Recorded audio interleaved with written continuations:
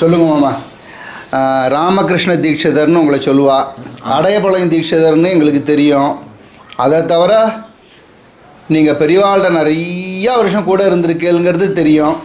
நீங்கள் பெரியவா கூட இன்ட்ராக்ட் பண்ணதெல்லாம் சொல்லுங்க. உங்களுடைய எக்ஸ்பீரியன்ஸ் வித் மகா பெரியவா நீங்கள் சொல்லுங்க. உங்கள் பூர்வீகம் அடையபாளமா? அடையபாளம் தான். எந்த அப்பைய தீட்சிதருடைய வம்சத்தில் வந்தவா. ரொம்ப சந்தோஷம். எங்களுக்கு பெரிய பாக்கியம் உங்களை தரிசனம் பண்ணிக்கிறது.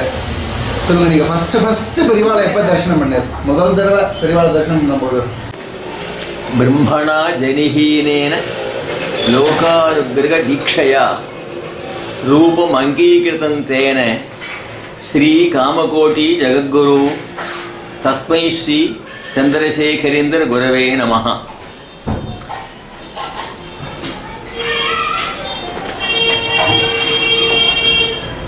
சாட்சாத் பரபிரம்மத்துக்கு நாமம் ரூபம் குணம் ஒன்றும் கிடையாது. நாம ரூப குணவர்ஜிதம் என்று பெயர். அப்படி பெயரும் ரூபமும் குணமும் இல்லாமல் இருக்கக்கூடியது பரபிரம்மம். அந்த பரபிரம்மத்துக்கு ஒரு நாள் ஒரு ஆசை வந்தது. என்ன ஆசை வந்தது? இப்படி அகண்டாகாரமாக நாமரூபம் பேரு ஊரு ஒண்ணு இல்லாமல் இப்படி ஒரு மொத்தையா நாம் உட்காந்துருக்கோமே, நாமும் தான் ஒரு கை காது கண்ணு மூக்கு ஒரு மனுஷால மாதிரி ரூபம் எடுத்துக்கலாமே அப்படின்னு ஒரு ஆசை வந்தது. எதுக்காக ரூபம் எடுத்துக்கணும் அப்படின்னா, கல்யாணங்கள்லாம் பண்ணிட்டு சுகத்தெல்லாம் அனுபவிக்கிறதுக்கோசம் என்ன வரல. லோகாருக்ருக தீட்சையா, லோகாருக்ருக தீட்சையா பிரம்மணா ஜனிஹீனேன, ஜனி பிறப்பு இறப்பு இரண்டும் இல்லாமல் இருக்கக்கூடியதா இருக்கக்கூடிய பரபிரம்மத்திற்கு ஓர் ரூபம் எடுத்துக்கொள்ள வேண்டும் என்கிற எண்ணம் ஏற்று தோன்றியது என்றால் லோகாருக்ருக தீட்சையா. உலகத்தில் இருக்க ஜனங்கள் எது நன்மை எது தீமை எது தர்மம் எது அதர்மம் என்கிற விஷயங்கள் தெரியாமல் இப்படி தவித்துக் கொண்டிருக்கிறார்களே, இவர்களை உத்தாரணம் செய்ய வேண்டும் என்கிற எண்ணத்திற்காக லோகாருக்ருக தீட்சையா, லோகத்தில் இருக்கிற மக்களை அனுகிரகம் பண்ண வேண்டிய என்கிற எண்ணத்தோடு ஒரு ரூபத்தை எடுத்துக்கொள்ள வேண்டும் என்கிற எண்ணம் தோன்றியது பிரம்மத்துக்கு. என்ன ரூபம் எடுத்துக்கொள்ளலாம்னு பார்த்தது. ஸ்ரீ காமகோட்டி ஜகத்குரு, காமகோட்டி என்கிற உயர்ந்த இந்த பீடத்தில் ஜெகத்குருவாக இருந்து கொண்டு இருக்கிற சந்திரசேகரேந்திர சரஸ்வதி என்கிற திருநாமத்தோடு கூட இந்த பிரம்மமானது வந்திருக்கு. ஆகவே பரமேஸ்வரன் தட்சிணாமூர்த்தியாக இருந்து ஆலமரத்து அடியிலே உட்கார்ந்து சனகாதி மகரிஷிகளுக்கு உபதேசம் பண்ணார். சாதாரணமாக லோகத்தில் என்ன வழக்கம்? விருத்தா சிஷ்யா குரோர் யுவா. சாதாரணமாக குரு வயசானவராக இருப்பார், சிஷ்யன் பால்யமாக இருப்பார். இது உலக நியத்தி. ஆனால் இந்த இடத்துல ஒரு சித்திரம், விசித்திரம். அதனால்தான் சித்திரம் வடதரோர் மூலே, வடதரோஹோ ஆலமரத்தினுடைய மூலே அடியிலே ஓர் சித்திரம், விசித்திரம், உலகத்தில் இல்லாத ஒரு சித்திரம். என்ன விசித்திரம் அது? விருத்தா சிஷ்யா குரோர் யுவா. குரு பால்யம், சிஷ்யாலாம் வயசானவா, ரொம்ப கழவர்கள். சரி, இவாளுக்கெல்லாம் ஞானம் வந்துதா? அப்படி குரு பாடம் சொன்னாரா? ஞானம் வந்ததான்னு கேட்டா குருஹோ மௌனம். குரு வாயே தங்களை மௌனமா இருந்தார். சரி, சிஷ்யாளுக்கு தெரிஞ்சுதா? சிஷ்யா சின்ன சம்சயா, சிஷ்யர்களுக்கெல்லாம் சந்தேகமே இல்லை. குருவோ மௌனம், சிஷ்யர்களுக்கே சந்தேகம் இல்லை. அப்படி என்ன அர்த்தத்தில் இருந்து? அப்படி அனுகிரக சக்தியினாலேயே அப்பேற்பட்டதா சக்தி உடையவராக இருந்து சிஷ்யாளுக்கு உபதேசம் பண்ணிவிட்டார். கொஞ்ச நாள் ஆச்சு.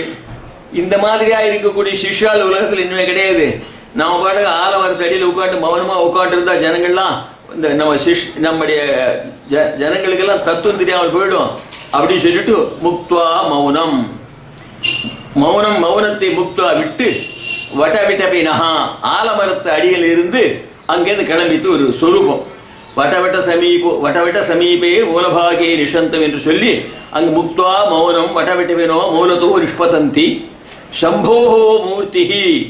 அந்த மூர்த்தி தான் பரமேஸ்வருடைய சாட்சாத் மூர்த்தி. அது சரதி புவனே, இந்த புவனே உலகத்திலே சரதி தான் பிரசன்ட் டென்ஸ். அதாவது பிரகாசித்தது என்பது பாஸ்ட் டென்ஸ் இல்ல.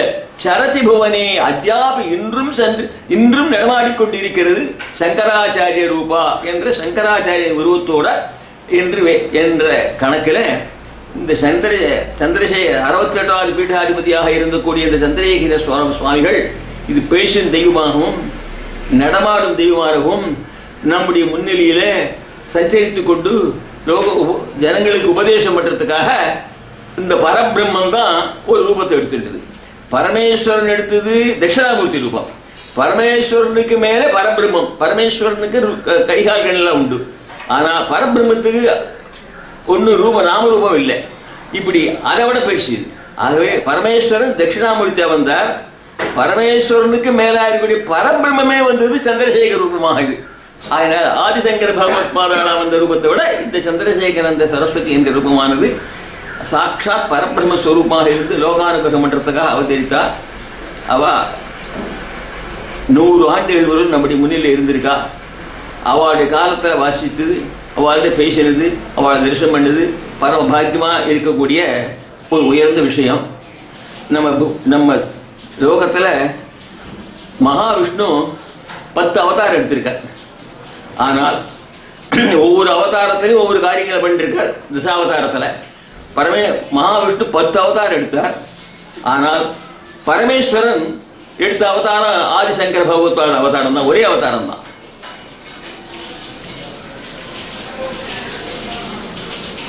அந்த காலத்துல ராவணன் ஒரு துஷ்டன், கம்சன் ஒரு துஷ்டன், இரண்யன் ஒரு துஷ்டன்.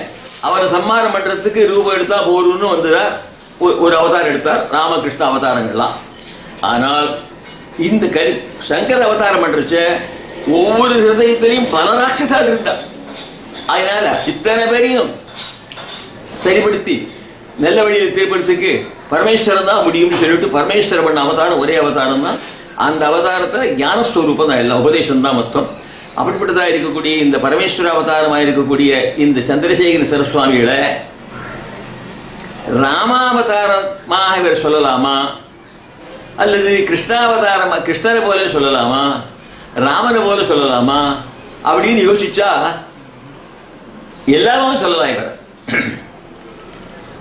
ராமாவதாரத்துல ராமன் என்ன பண்ணார்? வால்மீகி பகவான் சொல்றச்ச ராமோ விக்கிரகவான் தர்மஹா. ராமன் சாட்சாத் தர்மமே ஸ்வரூபமாக வந்தவர் ராமன். ராமோ விக்கிரகவான் தர்மஹா என்று ராமனை பற்றி பேசச்ச தர்மஸ்வரூபம் என்றே சொல்றார். தர்மத்தை நிலைநாட்டுறதுக்காகத்தான் ராமனுடைய அவதாரம்.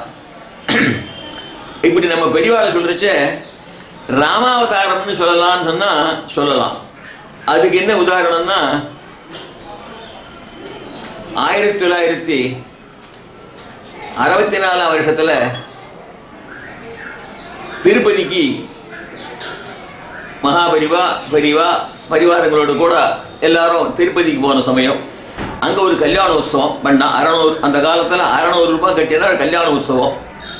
இந்த கல்யாண உற்சவம் பண்ண உடனே ஒரு வெள்ளி செடி கொடுத்து எல்லாரும் சுத்தி பிரதட்சணம் பண்ணி கழிச்சு நேர இதுக்கு பெருமாள தரிசனத்துக்கு அனுக்கிற வழக்கம். அப்போ அந்த நிர்வாகம் அந்த ஆலயத்தினுடைய பெருமாள் கோவில் நிர்வாகம் பண்றவா இருக்கக்கூடிய வெங்கடரமணி என்று அவருடைய பெயர். அந்த பைஷ்கார்னு பேர் அவளுக்கு இப்பவும் திருப்பதியில தான் பேர் நினைக்கிறேன். அந்த பைஷ்காரை கூப்பிட்டு பெரியவா கேட்டா, இந்த கல்யாண உற்சவம் முடிஞ்ச உடனே எத்தனை பேர் உள்ள போகலாம் தரிசனத்துக்கு அப்படின்னு கேட்டா, எல்லாம் கணக்கன் எல்லாரும் போகலாம் அப்படின்னு சொன்னார். அப்போ பெரியவா சொன்னா, அதை பார்த்து, அப்பா நீ இந்த தேவஸ்தானத்துல சம்பளம் வாங்கி இருக்கக்கூடிய ஒரு சர்வெண்ட், நீ எப்படி நீ என்ன பண்ணணும் அப்படிங்கிறத, நீங்க என்ன பண்ணணும்ன்றத உனக்கு ஒரு சட்ட திட்டங்கள் இருக்கு. அந்த சட்ட திட்டங்களை நீ மீறினியானாக்கா தர்மத்தை மீறினா ஆயிடுவே. நீ அப்படி மீறக்கூடாது. சட்ட திட்டத்தை ஏன் நீ மீறி போறேன்னு சொன்ன, எல்லாரும் போலான்னு சொன்னியானா அப்ப சட்டத்தை மீறின பாவம் உனக்கு வரும். நீ ஏன் மீறின சட்ட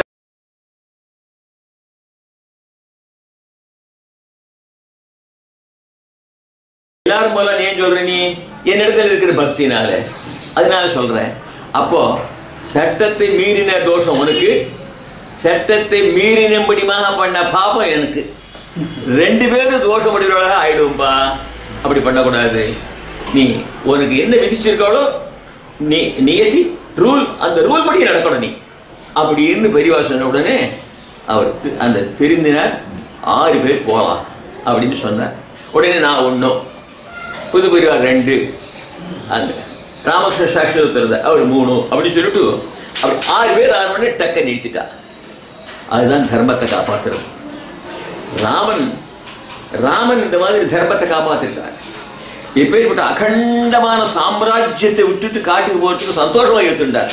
ராஜ்யத்தை ஏற்றுக்கிற சந்தோஷத்தை விட அப்பாவுடைய வார்த்தையை பரிபாலனம் பண்றதுக்கு சந்தோஷம் இன்னும் அதிகமா இருந்தது ராமனுக்கு. அப்படி தர்மத்தை காப்பாற்றுவதற்காகத்தான் அப்படி ராமன் அந்த மாதிரியான தர்மத்தை அனுஷ்டானம் பண்ணி காமிச்சிருக்கார். நம்முடைய நாடே தர்மே சர்வம் பிரதிஷ்டிதம் தஸ்மாத் தர்மம் பரமம் வதந்தீதி. தர்மம், நம்ம ராஜ்யமே தர்மே சர்வம் பிரதிஷ்டிதம், தர்மத்துல தான் எல்லாம் அமிங்கி இருக்கு. தர்மே சர்வம் பிரதிஷ்டிதம் தஸ்மாத் தர்மம் பரமம் வதந்தி. அதனால தர்மத்தை தான் ரொம்ப பெருசா எல்லாரும் சொல்றா. அதனால தர்மத்துடைய ஸ்வரூபத்தை இப்படி சொல்லியிருக்கு.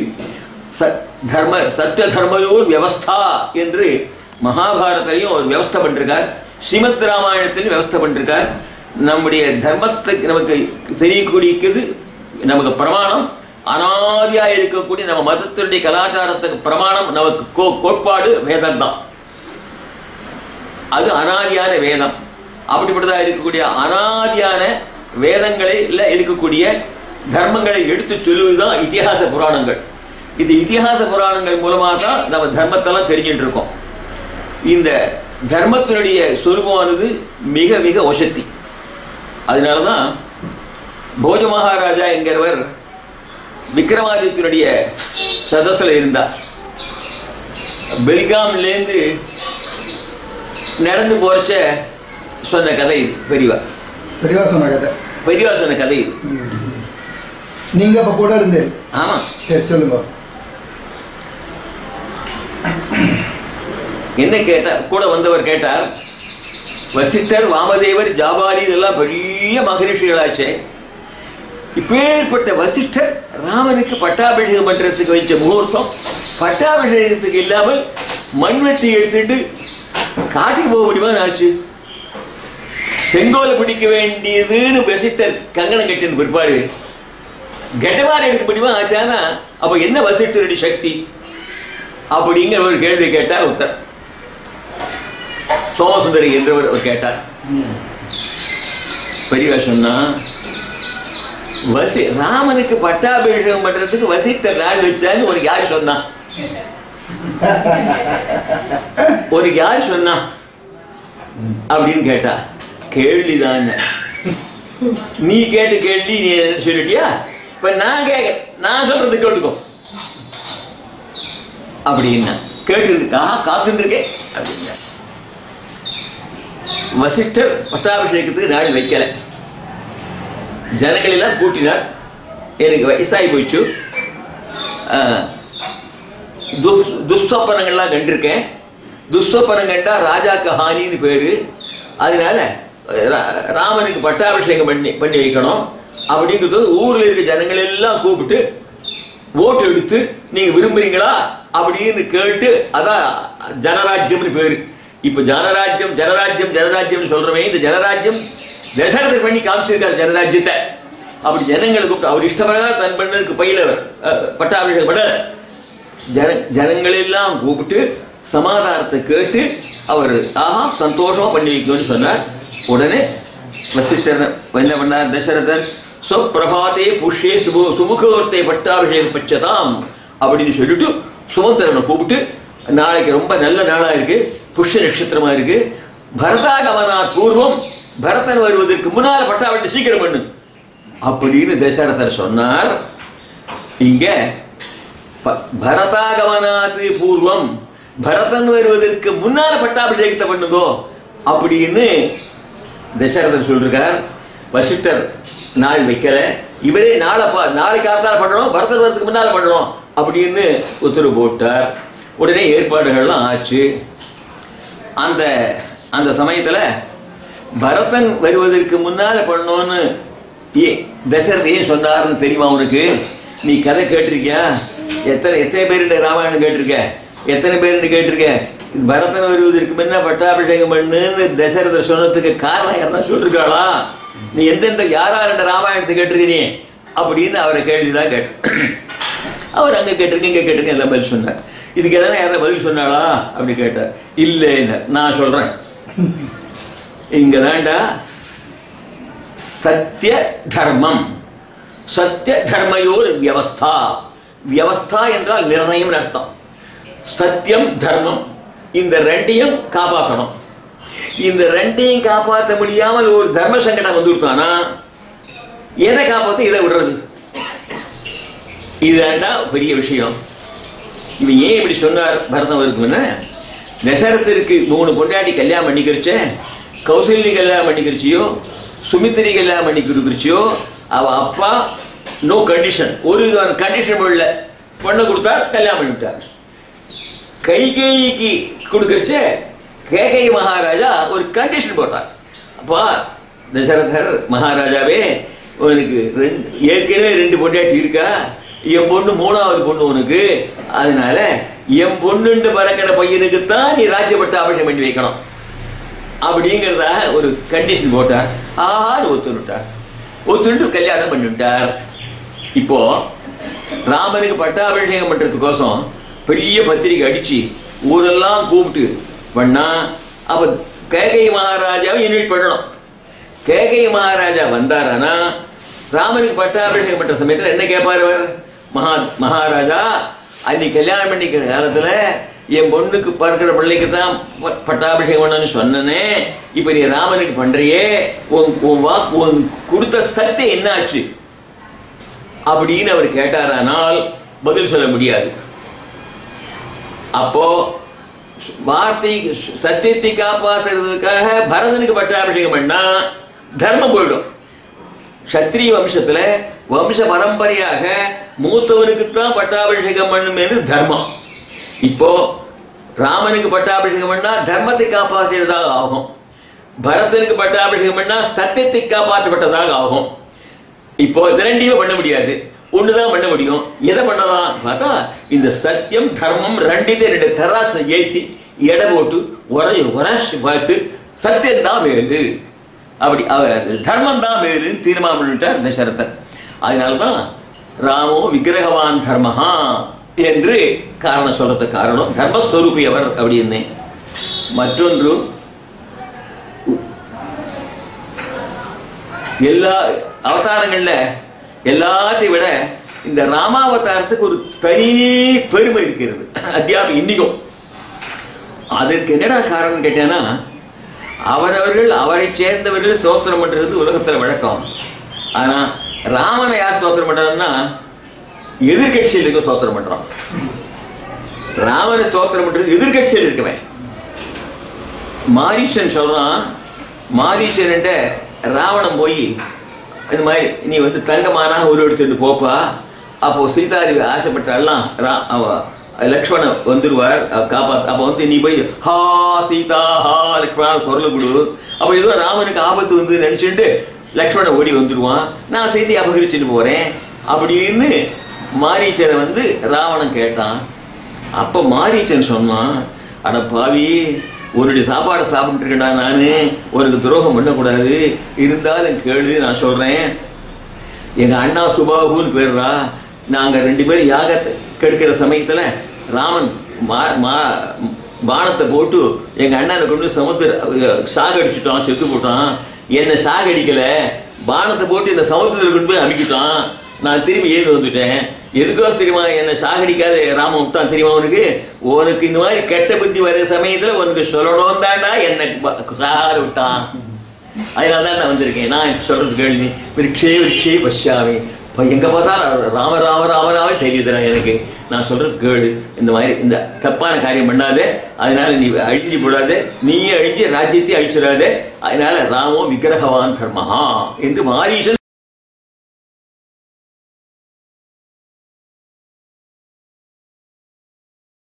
சொல்றான்.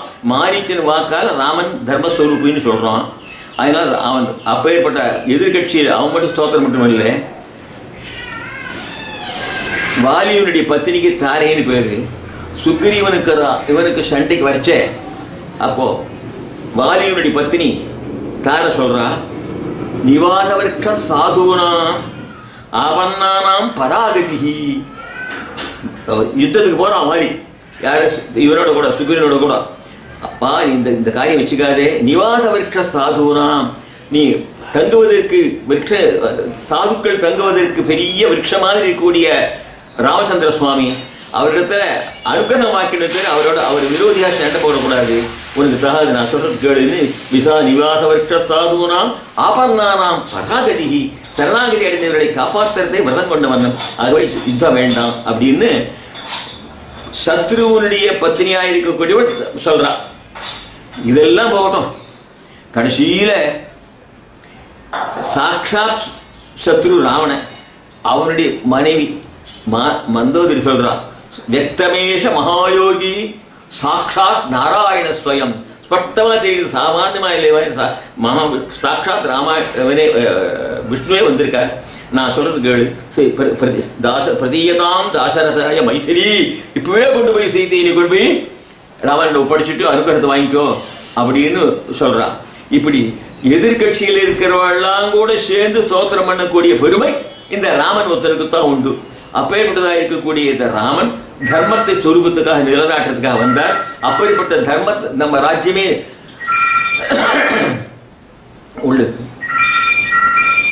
அப்படிப்பட்டதாக இருக்கக்கூடிய தர்மத்தை காப்பாற்ற வேண்டியது ஒரு அடி கடமைடாப்பா அப்படின்னு சொல்லி இந்த தர்மத்தினுடைய சொரூபத்தை காப்பாற்றுறதுக்காக பல இடங்கள்ல தர்மத்தை சத்தியத்துக்கும் தர்மத்துக்கும் எப்படி விவஸ்தை பண்றாருன்னு மகாபாரதத்திலிருந்து பல பல விதமான சரித்திரத்தை சொல்றதுக்கு, அதாவது ராமலட்சுமணர்களை அழைத்து கொண்டு விஸ்வாமித்திரர் எப்படி கதை சொல்லுவாரோ அதே போல சிஷ்யாவை அழைச்சிட்டு பெரியவா கூட போறச்ச ராமலட்சுமணாளுக்கு விஸ்வாமித்திரர் சொன்ன மாதிரி நம்ம பெரியவா சொல்லுவா கதைகளை. இன்னொன்னு, உட்காந்து மைக்கிலேயே உட்காந்து பெரியவா சொல்ற கதையை கேட்கறத விட ராத்திரி இந்த ஊர்ல அந்த ஊருக்கு அடுத்த ஊருக்கு பிரயாணத்துக்கு போறச்ச இந்த கதைகள்லாம் சொல்லுவா. அந்த கதைகள் எப்படி விசேஷம் இருக்குன்னா அது சுவாரஸ்யம். வந்திருக்கு பின்னால தானே ஃபாலோ பண்ணிட்டு ஒரு 10 பேர் பார்ப்பா. அவள் லௌகிகாளா இருக்காளா, வைதிகாளா இருக்காளா, இன்ஜினியரா இருக்காளா, டாக்டரா இருக்காளா, வக்கீலா இருக்காளான்னு பார்ப்பார். அது பார்த்துட்டு அதுக்கு தகுந்த மாதிரி கதையை ஆரம்பிப்பார். வித்வானா வந்தா அதுக்கு தகுந்த மாதிரி ஆரம்பிப்பார். புத்திர பிரியோபவதி அப்படி ஆரம்பிப்பார். வித்வான் வந்தா உடனே ஏப்பா புத்திர பிரியோ எங்க இருக்கு, இது என்ன எங்க இருக்கு அப்படின்னு கேட்பா. நம்ம தெரியாத மாதிரி கேட்பா. உடனே அந்த 4 சென்டென்ஸ் இருக்கும் அப்படியே. இது பிரகதாரண்ய உபனிஷத்திலிருந்து நான் புத்திர பிரியோபவதி ஆத்மர புத்திரேதி அப்படின்னு சொன்னமானாக்கா அதுலேருந்து அந்த பிரகதாரண்ய உபனிஷத்தினுடைய சுவாரஸ்யம் எல்லாம் சொல்லுவா. உலகத்துல பிரியம்னா பிரியத்துக்கு காரணம் என்னடான்னா ஆத்ம சம்பந்தம் தான் அப்படின்றதுக்கு அழகா சொல்றச்சே, நமக்கு புத்திரன் பிரியமா இருக்கான், ஏன் நம்முடைய பையன். பத்தினி மனைவி பிரியமா இருக்கா, ஏன் நம்முடைய மனைவி. நிலங்கள் நமக்கு பிரியமா இருக்கு, கேதாரன்னா நிலத்துக்கு பேரு பிரியமா இருக்கு, ஏன் நம்முடைய நிலங்கள் அதுன்னு பேரு. அதுல எப்படி அபிமானம் வருது இவனுக்கு, தன் வீட்டுல இருக்கிற ஒரு பாகக்காயை கொண்டு வந்தா அடே எல்லா வீட்டுல இருக்கிற மாதிரி பாகக்காயோட எங்க வீட்டுல இது, எங்க வீட்டு பாகக்காய் கருப்பரிசி மாதிரி இருக்குண்டா அப்படின்னு சொல்றான். ஏன் அபிமானம், ஏன் நமது நமது நமது என்ற அபிமானம் தான் இருக்கணும். இதே மாதிரி இந்த இன்னைக்கு இருக்கக்கூடிய ஒரு நிலம் நமக்கு பிரியமா இருக்கு, பொண்ணு கல்யாணம் பண்ணணும், அந்த நிலத்தை வித்துடுறோம், இன்னொருத்தருக்கு கொடுத்துடுறோம், மறுபடியும் அந்த நிலத்தை போய் அடுத்த வருஷம் பார்க்கும், பிரியம் இருக்கா இல்லை. அதான் உபதாசம் சஸ்ய கேதாராதிக்கம் பிரியம் பவதி. நமக்கு இந்த வயல்கள்லாம் பிரியமா இருக்கு, ஆத்மன கேதா நம்முடைய வயல் இது. நம்ம வீட்டு தோட்டத்துல பாகக்காய் போட்டுட்டா என்ன சொல்றான், அடே எல்லா வீட்டு பாகக்காய் மாதிரி இல்லடா, எங்க வீட்டு பாகக்காய் கருப்பரிசி மாதிரி இருக்குண்டா அப்படின்றான். ஏன் நம்ம வீடு நமது நமது நமது என்ற ஒரு அபிமானம் தான் அதை காரணம். அத்தஹா ஆகினால் என்ன தெரியுது? பிரியஸ்ய காரணம், பிரியத்துக்கு என்ன காரணம்னு ஆத்ம சம்பந்தா. ஆத்ம சம்பந்தம் தான் பிரியத்துக்கு காரணமா இருக்கு. ஆகினால எக்கியத அதே நேரத்தை வித்தா எக்கியத்தை வித்துட்டுமானா பிரியம் இல்லை. இதுல என்ன தெரியுது நமக்கு? பிரியஸ்து காரணமாக இருக்கக்கூடிய சர்வம் பிரம்மமயம் ஜகத், உலகத்தில் இருக்க அனைத்தையும் எல்லாம் ஒன்று என்றுதான் இருக்கக்கூடிய பார்வை வந்துட்டானா இந்த அங்க சோகமோ மோகமோ துக்கமோ ஒண்ணும் இல்லை அப்படின்னு சொல்லிட்டு சொல்றச்ச, இது யதா நத்ய சந்தமான பிரபகந்தி, ஆகாசத்திலிருந்து விழுற ஜலங்கள் எங்க விழுந்தாலும் ஜலம் நதியில தான் போய் கலக்கிறது, நதியில போய் சேர்றது. இந்த நதியில இருக்க ஜலத்தை தான் சூரிய பகவான் தன்னுடைய கிரணங்களால எடுக்கிறார். கிரணங்களால எடுத்து மேகமண்டலமாக்கி மழையை பொழிகிறார். அந்த ஜலம் விழுந்துதானா, குடகுல விழுந்தா அதுக்கு காவேரின்னு பேரு, இமயமலையில விழுந்தா கங்கைன்னு பேரு, இன்னொரு இடத்துல விழுந்தா யமுனைன்னு பேரு. இதுல ஒரே ஜலம்தான், விழுற இடத்த அனுசரிச்சு கங்கை, யமுனை, காவேரி, கிருஷ்ணா, கோதாவரின்னு பேர் இருக்கு. பேர் மட்டும் நாம மட்டும் இல்ல, ரூபமும் இருக்கு. கங்கையினுடைய ஜலம் வெளுப்பா இருக்கும், யமுனையினுடைய ஜலம் கருப்பா இருக்கும் அப்படின்னு சொல்லிவிட்டு அதுக்கு நாமம் ரூபமும் இருக்கு, குணமும் இருக்கு. இது திக்கா இருக்கு, தின்னா இருக்குன்னு சொல்றோம். இப்படி நாமம், ரூபம், குணம் எல்லாத்தையும் நாம் ஏற்றி வைக்கிறோம் ஜலத்துல. ஆனால் எங்கிருந்து உற்பத்தியாகிற ஜலம் திருப்பி சமுத்திரத்திலே போய் சேர்ந்து போடுறது. சமுத்திரத்தை சேர்றச்ச அங்க கங்கை இல்ல, யமுனை இல்ல, கருப்பு இல்ல, சிவப்பு இல்ல, திக்கு இல்ல, தின்னு இல்ல, எல்லாம் ஒண்ணு ஒரே சமுத்திரம். பின்னியும் ஜலம் தான், பின்னியும் சமுத்திரம் ஜலம் தான். அதே போலதான் நாம எல்லாம் பிரம்மத்தினுடைய சொரூபண்டா, பிரம்மத்தினுடைய விகாரம் தாண்டா நாம எல்லாம் அப்படின்னு சொல்லிட்டு இப்படி பிரம்மத்தினுடைய சொரூபமா இருக்கக்கூடிய இந்த பிரபஞ்சமானது, இந்த பிரபஞ்சத்துல ரெண்டு இல்லை. இந்த சோக துக்கத்துக்கு காரணமே இருக்கக்கூடிய ரெண்டாவது ஞானம் தாண்டா. ரெண்டு இல்லை, எல்லாம் உலகத்துல அத்வைத்தம், ரெண்டு இல்லை ஒண்ணுதான் என்ற ஞானம் வரணும். ஞானம் வந்தால் அப்பதான் நமக்கு பிறவி பயனை அடையலாம். பிறவி எதுக்கு எடுத்தோம்னா, பிறவி பயனை அடைவதற்கு காரணம் நமக்கு ஜென்மம் இல்லாமல் செய்து கொள்ளுவதுதான். சம்ஸ்கிருதத்தில் சொல்றாரு, ஜென்மன கிம் பலம், ஜென்மனஹா பிறவி எடுத்ததற்கு கிம் பலம், என்ன பலன்? ஜென்ம ராகித்ய கரணம், மறுபிறவி இல்லாமல் செய்து கொள்வது, அதுதான் பிறவி எடி பலம். இந்த மறுபிறவி இல்லாமல் செய்து கொள்வது என்பது இந்த மனித பிறவியில் தான் முடியும். பாக்கி திருக்கு குறுக்கு இருக்க ஆடு மாடு ஜந்துக்களால் முடியாது. நமக்கு தான் பகவான் அறிவு கொடுத்துருக்கான், கண்ணு காது மூக்கு எல்லாம் கொடுத்துருக்கான். அதனால பகவான் அர்ச்சனை பண்ணலாம், அவன் கோவிலுக்கு போகலாம், பாடம் கொடுத்துருக்கான், ஆனந்தம் பண்ணிருக்கான், நாக்கு கொடுத்துருக்கான், சோத்திரம் பண்ணலாம். அதனால இப்படி பண்ணி இந்த கிடைச்சிருக்க ஜென்மாவில இருந்து அடுத்தபடி இன்னும் மேல போய் பிறவி இல்லாமல் பண்ணி கொள்வதற்கு இந்த மனித ஜென்மாவில் தான் முடியும். அதனால ஜந்துனாம் நர ஜென்ம துர்லபம் என்று விவேக சூடாமணியில ஆச்சாரியால் சொல்றச்சு. அப்படிப்பட்டதாக இருக்கக்கூடிய அந்த மனித பிறவியில நாம் பிறவி எடுத்து வேண்டிய பயனை அடைவதற்காகத்தான் மறுபீடு இல்லாமல் பண்ணிக்கணும். அந்த மறுபீடு இல்லாமல் பண்ணிக்கிறதுக்கு எப்படி பண்ண முடியும் அப்படின்னா, அதை கண்டுபிடிக்கும். ஜென்மன கிம் மூலம், பிறவி இல்லாமல் செய்து கொள்வதற்கு என்ன பண்ணணும்? பிறவிக்கு காரணமாக இருக்கக்கூடியத அழிக்கணும். ஜென்மன கிம் மூலம், பிறவிக்கு என்ன மூலம் காரணம்? ஜென்மன கிம் மூலம்னு கேட்டார், ராகஹா ஆசை தாண்டா மூலம்.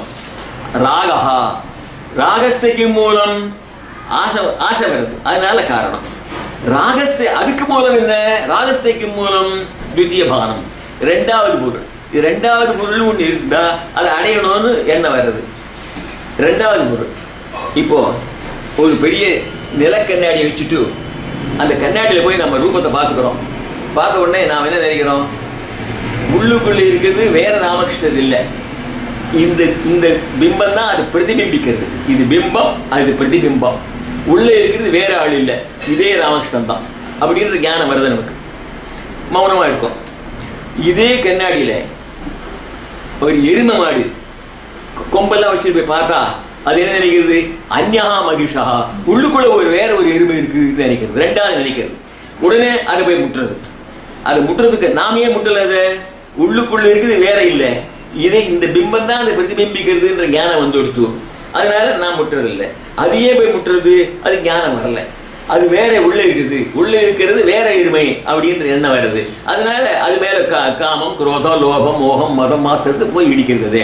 அதனால ரெண்டாவது இல்லைன்றது காரணம். இப்போ நமக்கு கண்ணாடியில் பார்க்கச்ச நமக்கு வேறு இல்லை ஒன்று ஞானம் வருது, ஆனா எருமை பார்க்கச்ச வரல. இப்ப நாம் எந்த நிலையில் இருக்கோம்னா பிரபஞ்சத்தை பார்த்து அப்படி இருக்கணும். கண்ணாடியில பார்க்கறச்சே இது வேற ரூபம் இல்லை, நம்ம ரூபம் தான் தெரியுது மாதிரி இந்த பிரபஞ்சத்தை பார்க்கறச்சே எல்லாம் ஒன்று ஞானம் வரணும். அதுதான் முக்கியம். அந்த பிரபஞ்சத்தை ஏகமேவாத்விதீயம் பிரம்மா என்ற ஞானம் வந்தா அப்போ தத்ர ந சோகா ந மோகா ந காமஹா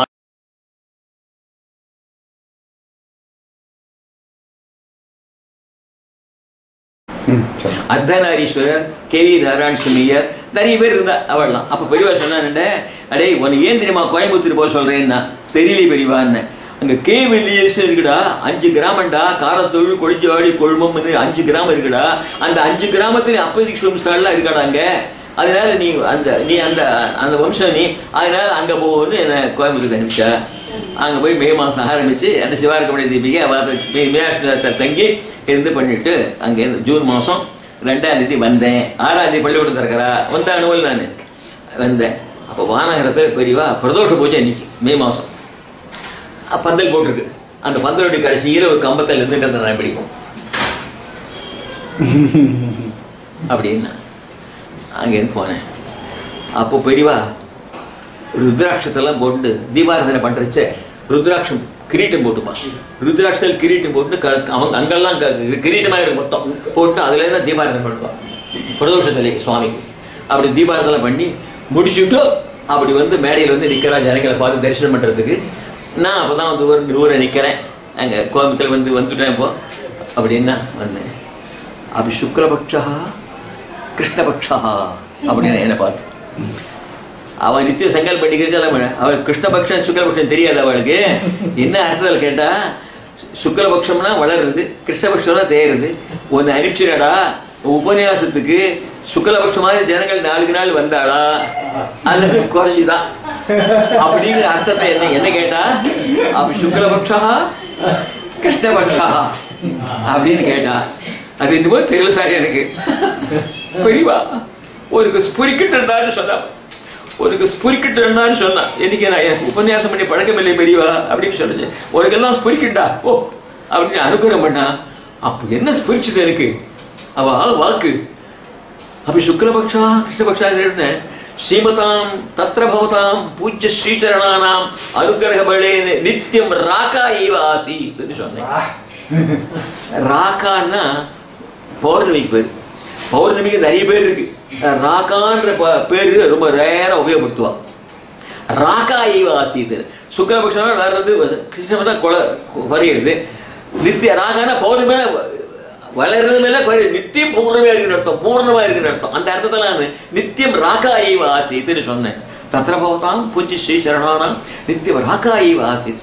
ராகா ராகா அத கோயம் ராகா அத கோயம் ராகா அப்படின்னா பெரியவா. ராகா சந்திர சமான காந்திவதனா மூகவீரடி பிரயோகம். துர்கா சந்திர ஸ்துதியில தீக்ஷ்ணராடைய பிரயோகம் ராத்திரி பிரபத்தி சூக்தத்துல அப்படி பிரயோகம் பண்ணிருக்கா. ராகா சப்தத்தை பிரயோகம், ராகான சப்தத்தை யாராவது பிரயோகம் பண்ணிருக்கா எந்தெந்த கவிகள் கேட்கறா என்ன. அப்போ இதெல்லாம் எடுத்து இந்த தீபாவா சொல்றதுக்காக சொன்னேன். அவளுக்கு சந்தோஷம் தாங்கல. தன் சிரசிலிருந்து அந்த கிரீட்டத்திலிருந்து ஒரு ருத்ராட்சத்தை அப்படி கிள்ளி இது கொடுத்தது கட்டி கிடாது. அந்த ருத்ராட்சம் பெரியவா கொடுத்ததா? ஆமா, அன்னைக்கு கொடுத்தா. இதை கையில கட்டி சொன்னேன். கையில கட்டி சொன்னேன். என்னன்னா எல்லாரும் கழுத்துல கட்டிப்பா பெரியவா கழுத்துல கட்டி சொல்றாங்க. ஏன் சொல்ற அப்படின்னு கேட்க முடியாது அப்படின்ட்டு. இப்படி பெரியவா இருக்கிற என்னன்னா சொல்றேன் உங்களுக்கு. வித்வான்களுக்கு சேர்ந்த மாதிரி கேட்டு சொல்லுவா, குழந்தைகளுக்கு சொல்ல மாதிரி சொல்லுவா. சில சமயத்துல கதை சொல்லுவா. சம்ஸ்கிருத காலேஜிலேருந்து நொங்கம்பாக்கம் வரோம். சம்ஸ்கிருத காலேஜிலேருந்து நொங்கம்பாக்கம் வரோம். நொங்கம்பாக்கத்தில் ஜெயமன் கம்பெனி ஒரு கம்பெனி, கொஞ்சம் புஸ்தக கம்பெனி. ஆமாம், கிருஷ்ணமூர்த்தி பேர். அப்புறம் ஃபோர்ட்ரஸ்டில் சோமஸ்பரின்னு ஒரு இன்ஜினியர் இருந்தார். இப்போ அங்கேருந்து வரைச்ச நீளம் அப்படி அருமாக்க நாகராஜர்னு ஒரு வக்கீல், பிஜி பால் நீலகண்டேன்னு ஒருத்தர், ஜிஆர் நடராஜர்னு பேரு. இதெல்லாம் தெரிஞ்சுமா உங்களுக்கு தான்? ஜிஆர் நடராஜ் நம்ம கோவிந்தபுரம் சாயப்பா. இவெல்லாம் பெரியவா கிளம்பிடுச்சு. பின்னாடியே தொடர்ந்து அடுத்த கேம்பர் நடந்தே வருவா பெரியவா. நடந்து வந்து விடுவா. நடந்து வந்து விடுறச்ச அங்கே நடுவில் இப்படி பார்ப்பா, அப்படி திரும்பி பார்ப்பா. யாரு? நாகராஜா வக்கீல் அருவாக்கு நாகராஜன்னு பேர். அப்புறம் சொல்லுங்க, நாகராஜனா? நாகராஜா ஒரு கபட சன்னியாசி தெரியுமா அப்படின்னா, எனக்கு ஒரு சன்னியாசி தெரியும், இந்த ஒரு சன்னியாசினே தெரியும் அப்படின்றார். நான் கபட சன்னியாசில நான் நல்லவன்டா நானு.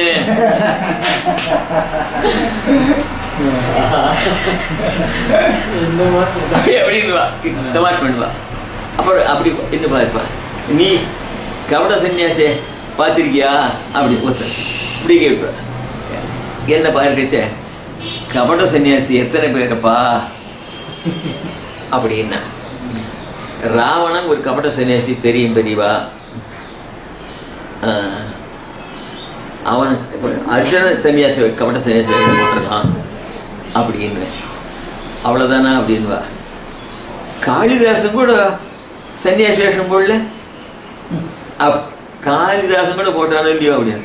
ஆமாம் ஆமாம் போட்டிருக்கான். அது என்னது இது அப்படின்பா. நான் சொன்னா சரியா பெரியவா சொன்னா எல்லாரும் கேட்பான், நல்லா இருக்கும். நான் சொன்னா எனக்கு சொல்ல தெரியாது இது அப்படி. இதான சொன்னேன், காளிதாசன் சன்னியாசி சொன்னியே அப்படின்னு. சன்னியாசி போட்டு வேஷம் தெரியும் பெரியவா, ஆனா அது ரசமா எல்லாரும் புரிஞ்சு எல்லாரும் ரசிக்க மாதிரி சொல்ல நீ பெரியவா சொல்லிட்ட, நீ சொல்லு, நானும் கேட்கறேன் கூட அப்படின்னு. அப்போ 5th BC-ல நம்முடைய ராஜ்யத்தை போஜ மகாராஜா அந்த ராஜ்ய பரிபாலனம் பண்ணிருந்தான். வேதாள பட்ட கடகத்பர காளிதாசா கியாதோ வராகம் வெறும் நிபதேஸ்வபாயாம நவமணிகள் இருந்தா. அதில் போஜராஜா ராஜ்ய பரிபாலனம் பண்ணிட்டு இருக்க காலத்தில் காளிதாசன் மகா கவி ஆஸ்தான வித்வானாக அவரை வச்சுட்டு இருந்தார். அப்போ அந்த பெரிய வித்வானவன் காளிதாச மகாகவி. அப்போ போஜராஜா அந்த காலத்தில் செழிப்பான இருந்த காலம், போஜராஜா காலமே. எல்லாரும் எல்லாரும் ஸ்திரீகள் உட்பட சமஸ்கிருதம் பேசப்பட்டு விட்ட தெரிஞ்ச காலம் அது. ஒரு காலத்தில் என்னாச்சு, போஜர மகாராஜாவுக்கு இப்போ ஏற்பட்ட வித்வான் வாக்குனால நம்முடைய ஒரு சரண ஸ்லோகத்தை கேட்கணும்னு ஆசை வந்துடுத்து. என்னுடைய சரண ஸ்லோகத்தை ஒன்றுன்னு கிருஷ்ணன், நான் அதை சொன்னாக்கா அப்படி உடனே போயிடுவேனே, அதனால சொல்ல மாட்டேன் அப்படின்னு காளிதாசன் சொல்லிவிட்டார். சொன்ன உடனே பிரஷ்டா அப்படின்னு சொல்லிட்டு பிரஷ்டா கிம் அப்படின்னு ஒரு பதத்தை சொல்லி உனக்கு நிந்திச்சார். சரி, பிரஷ்டனா இருக்கக்கூடியவனுக்கு இனிமேல் இந்த ராஜ்யத்தில் வேலை இல்லைன்னு சொல்லிட்டு போஜமா அந்த காளிதாசன் ஒரு சன்னியாசி மாதிரி ஆகிட்டு ஒரு மூட்டையை கட்டிட்டு நீள கிளம்பி அப்படியே போனார். அப்படி வந்து 1 நாள் 2 நாள் 3 நாள் போயிட்டே இருக்கார். அப்புறம் கடைசியில் பசி அதிகமாக போயிடுச்சு. ஏதோ ஒரு வீட்டில் போய் ராத்திரி 8 மணிக்கு படுத்துட்டார் தென்னை மேலே. அந்த படுத்துட்டு வீடு ஒரு தாசி நடி வீடு இது இருக்காது. அந்த அம்மா வந்து கதவை திறந்து பார்த்தோன்னே, என்னப்பா நீ யார், என்ன படுத்துருக்கேன், பசினால் படுத்துட்டு இருக்கேன், நீ வா ஆகாரம் கொடுக்குறேன் உனக்கு அப்படின்னு சொன்னான். உடனே அங்கேருந்து அந்த அம்மா ஆகாரம் கொடுத்தா. ஆகாரம் கொடுத்த உடனே 5 நாளாக பட்டியா இருக்கவே சாப்பிட பசி இவனுக்கு மயக்கம் வந்து எடுத்து தூங்கிவிட்டான். அப்போ ஒரு தண்டோரா போட்டா. போஜ மகாராஜா என்ன பண்ணார், 5 நாள் ஆச்சு, காளிதாசனை விட்டு பிரிஞ்சு விடுவே இவருக்கு ஒன்றும் ராஜ்யம் பண்ண முடியல. எப்படியாவது போஜராஜா கண்டுபிடிக்கணும்னு தீர்மானம் பண்ணான். தீர்மானம் பண்ணால் போஜராஜா கண்டுபிடிக்க வேறு வழி இல்லைன்னு சொல்லிட்டு ஒரு அரை ஸ்லோகத்தை எழுதிட்டு இதை பூர்த்தி பண்ணுறவர்களுக்கு பாதி ராஜ்யம் கொடுக்குறேன்னு ஒன்று சொல்லிட்டான். அந்த ஸ்லோகம் என்னன்னு கேட்டேன்னா, குசுமே குசுமோத்பத்தி சூயத்தே நொத்து திருஷ்யத்தே. குசுமே ஒரு புஷ்பத்தில் குசுமோத்பத்தி மற்றொரு புஷ்பம் உண்டாகும் இது என்று சூயத்தை கேள்விப்பட்டிருக்கேன், நது திருஷ்யத்தை கண்டதில்லை அப்படின்னு பாதி எழுதி இந்த ஸ்லோகத்தை யார் பூர்த்தி பண்றாளோ அவளுக்கு அர்த்தராஜ்யம் கொடுக்குறேன் அப்படின்னு சொல்லிட்டு அனௌன்ஸ் பண்ணான். இந்த காலத்து மாதிரி பேப்பர் டிவி கிடையாது. அப்போ தண்டோரா தான் போடுவா. அப்படி தண்டோரா போட்டான். அப்படி போடுறச்ச இந்த போஜராஜா இந்த சாப்பாடு போட்டானே இவனுக்கு உதாசி, அவன் முடிச்சுட்டு இருந்தா ஒரு சாக் பீஸ் எடுத்து எழுதினான் செவத்துல, குசுமே குசுமோத்பத்தி ஸ்ரூயதே ருத திருஷ்யத்தேன்னு.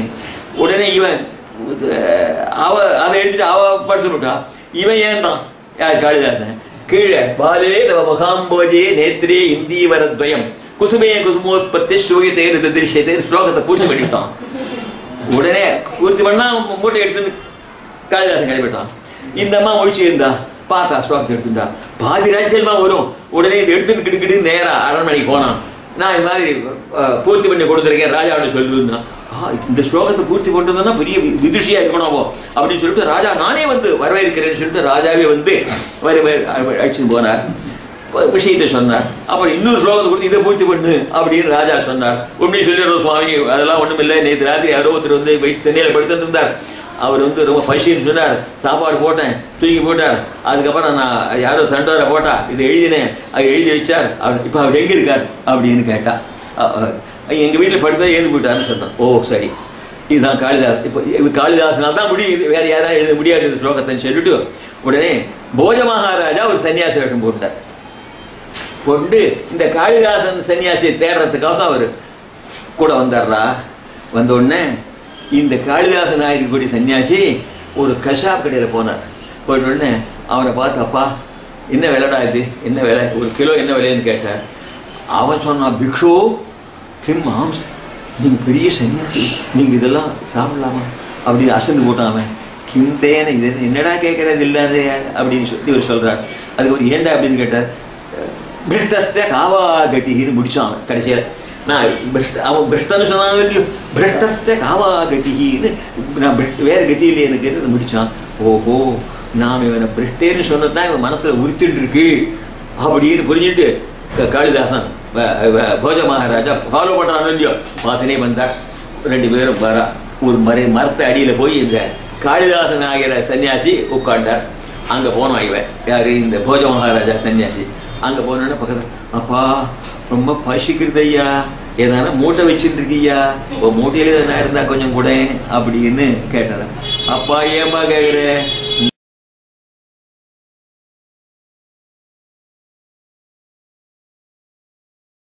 நானே பட்னியா திண்டாடி இருந்துருக்கேன், என்ன போய் நீ கேட்குறியப்பா அப்படிங்கிற அவர் சொன்னார். நீ யாரப்பான்னு கேட்டான். ஏன் ஏன் கேட்குறேன், எங்க மகாராஜா போஜ மகாராஜா வெத்தலை பாக்கு படிச்சு கொடுக்குற ஆளியா எங்க எஜ போஜ மகாராஜா பூட்ட விட்டுறா ஓடி விட்டு அப்படின்னு அழுதான். போஜ மகாராஜா பூட்டாரா அப்படின்னா உடனே நிராதாரா நிராதாரா நிராலம்பா சரஸ்வதி போஜராஜே திவங்கதே என்று காளிதாச வார்த்தை பாடிட்டான். போஜராஜாவாகிற இந்த ஒரு தேவலோகத்துக்கு போன உடனே நிராலம்பா சரஸ்வதி என்ற தேவத்தை அவலம்ப பிடிப்பு இருக்கணுமோ இல்லையோ, கொடி வந்து படாரத்துக்கு ஒரு இது ஓடுமோ இல்லையோ, நிராலம்பா சரஸ்வதி, இந்த சரஸ்வதிக்கு பிடிப்பதுக்கு கோடு இல்லாமல் விதையா போயிட்டாகும் அப்படின்னு ஸ்லோகத்தை நிராலம்பா நிராலம்பா சரஸ்வதி போஜராஜே திவங்கதே அப்படின்னு பாடினான். உடனே போட்டு கீழ் வந்து போயிட்டான், செது போட்டான். ஐயோ இப்படி ஏமாந்து போட்டுமே அப்படின்னு நினைச்சுட்டு உடனே அஜதாரா சதாதாரா சதாலம்பா சரஸ்வதி போஜராஜி புவங்கதே, அங்க திவங்கதேன்னு பாடினா இங்க புவங்கதேன்னு பாடினான். அங்க நிராதாராமா இங்க சதாதாராமா ஸ்லோகத்தை மாற்றிவிட்டான். மாற்றி உடனே ஏந்துட்டான் போஜ மகாராஜா, ஏந்துட்டான் காளிதாஸ் பாடின உடனே.